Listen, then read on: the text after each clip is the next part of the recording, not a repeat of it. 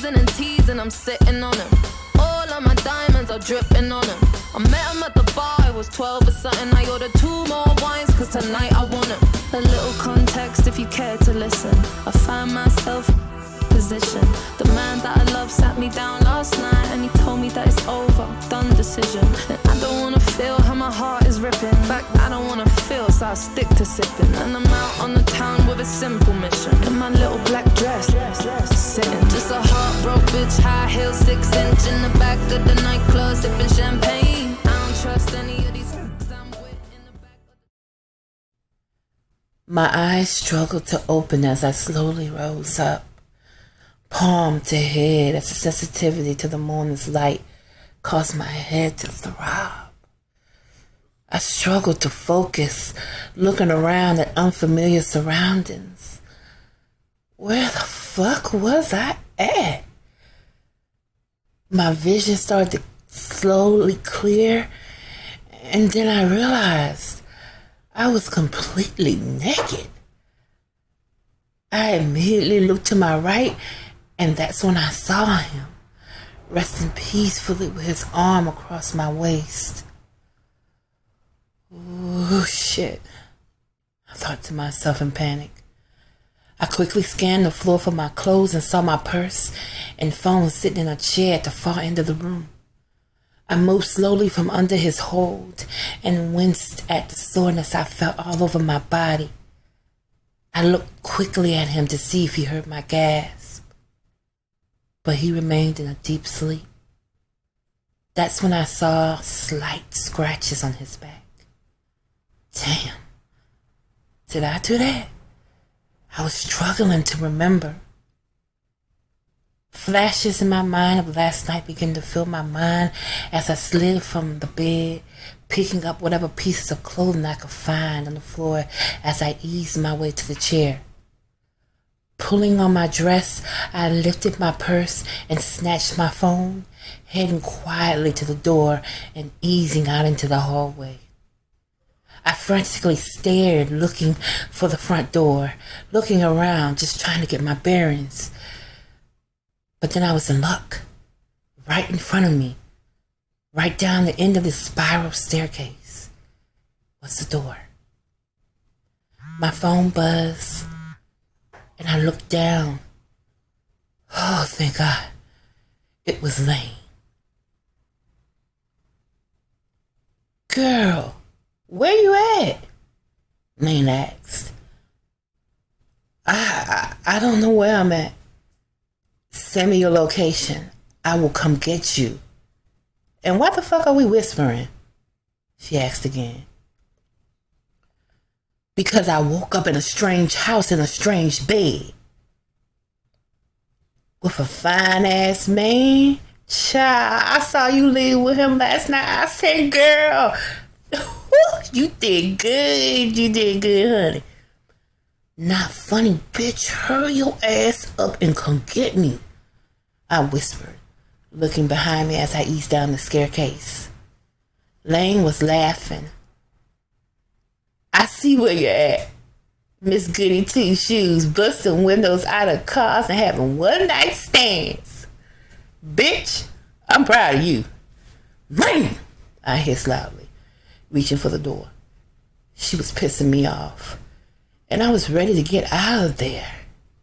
As I went to the exit, I heard a door open. Not looking up, I bolted out the house, running down a long driveway towards an open, large, black iron gate. Lane pulled up just in time, and I hopped in.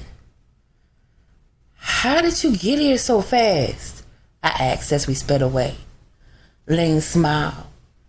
Because the man I was with last night lives not even 10 minutes away, honey, down the street. We're going to see each other tonight. She smiled at me as I sunk down in my seat, shame all across my face. Troy been blowing up my phone. He even stopped by your mama's house. Did she let him take little Troy? I asked. Lane shook her head. She told him she was keeping the man until y'all figured out what you're gonna do. I have to find a place to stay. I can't go back there. I glanced at the window, and noticed the neighborhood we're in. This was Alita Hills. Not a home on this street was less than a meal. You can stay with me as long as you need to. Your mom says she'll make sure that little man get back and forth to school for the next couple weeks, just until you get things figured out.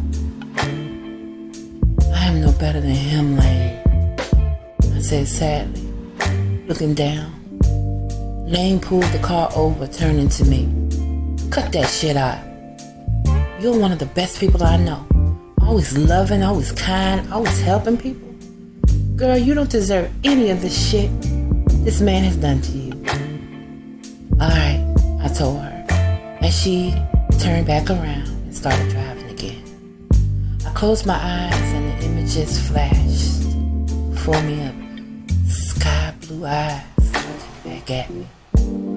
I shook my head and looked down at my phone, scrolling through all the missed calls from Troy.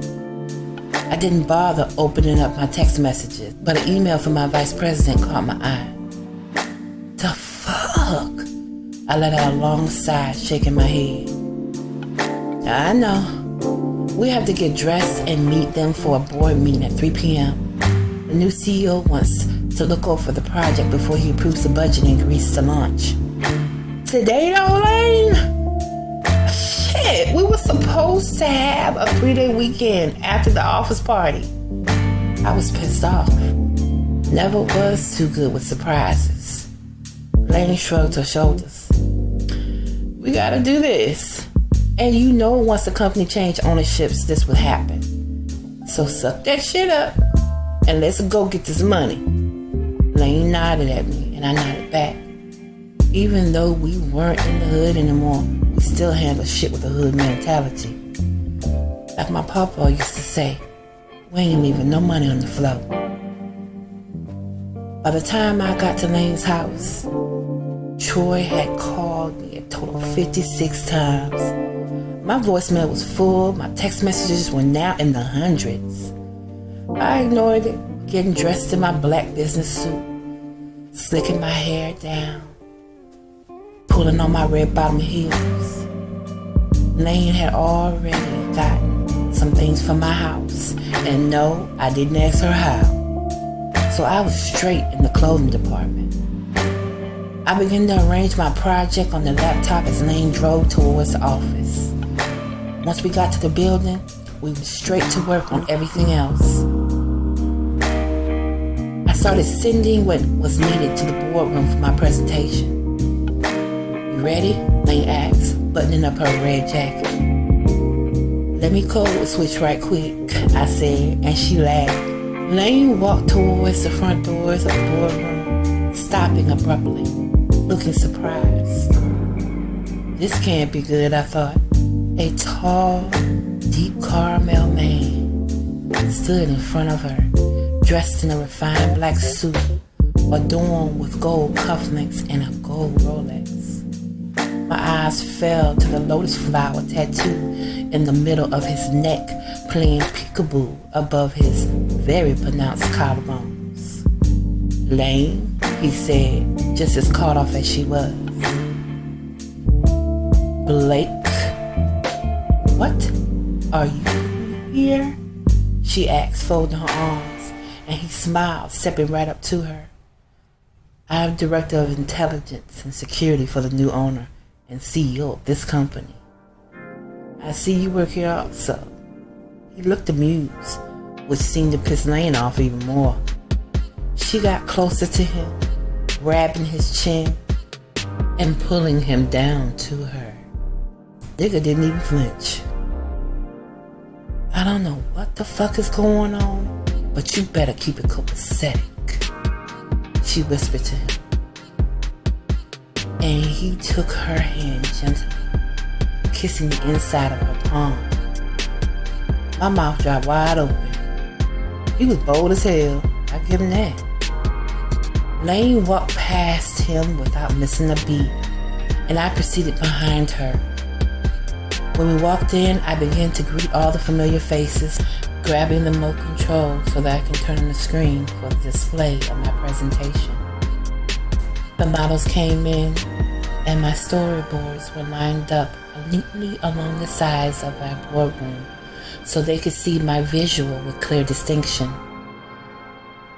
I took out my agendas and began to place them neatly in front of every chair that lined the boardroom table. Lane approached me with a "oh shit" look on her face. "Bitch," she whispered, warning me under her breath as she took the agendas out of my hands. And when I looked up, I turned away quickly, feeling as if I was about to pass out.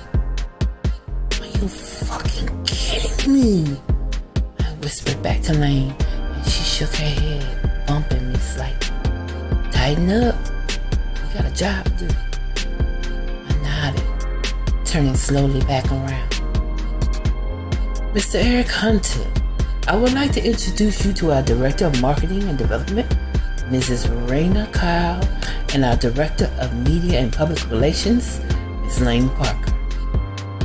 Our VP smiled as he turned to us, and I forced a fake smile on my face, taking Eric's hand, the very hand that was all over my body not even one night ago.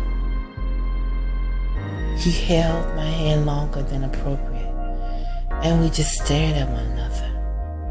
Lane quickly butted in, putting her hand out. He smiled and shook it. "Let's get this presentation started, shall we?" He stated firmly, began to walk to the head of the boardroom table. I watched him take his seat, and Lane nudged the shit out of me. "Put it together. Let's get this money," she said under her breath. I began the presentation, avoiding eye contact at all costs. I could feel his eyes on me as I moved about, giving detailed explanations and visuals on my project. As soon as it was over, I quickly excused myself, grabbing my suitcase and shooting Lane a "you know what's up" look. I headed out the door as fast as I could, running into the elevator, but I wasn't fast enough. Before the door closed, Eric was through them, and he hit the closed door button. We had only traveled a couple floors down before he hit the stop button, walking over to me, not even leaving an inch of space between us. "What the hell are you doing?" I would ask you the same question. Damn, that voice. "I need to go." "You're right about that," Eric stated, and he started the elevator back up. "You're going back to my house, back to my bed, and we're gonna finish what we started," he ordered me, and I threw my suitcase down. "Who the fuck do you think you are? I don't know you. It was a one-night stand. How the hell was I to know all of this?" "Everything else is irrelevant. We need to have a conversation, and trust me, we will have this conversation." The way he walked up on me had me take a step back, and before I could even push him away, he kissed me. My mind was so confused. I can't handle this shit. I didn't know what I wanted to do. "Oh, I can't deal with all of this," I thought. When I heard the ding of the elevator, I pushed him back, and Eric reached for me. I took off running out the elevator and ran right into Troy.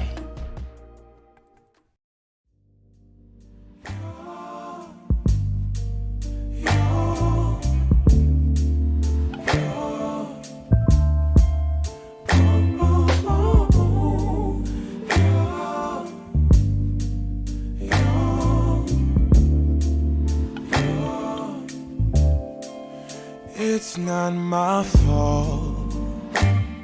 You've been lying, saying that I took away your peace. Drowning by yourself, now you wanna blame me. Like like you have no options. I ain't taking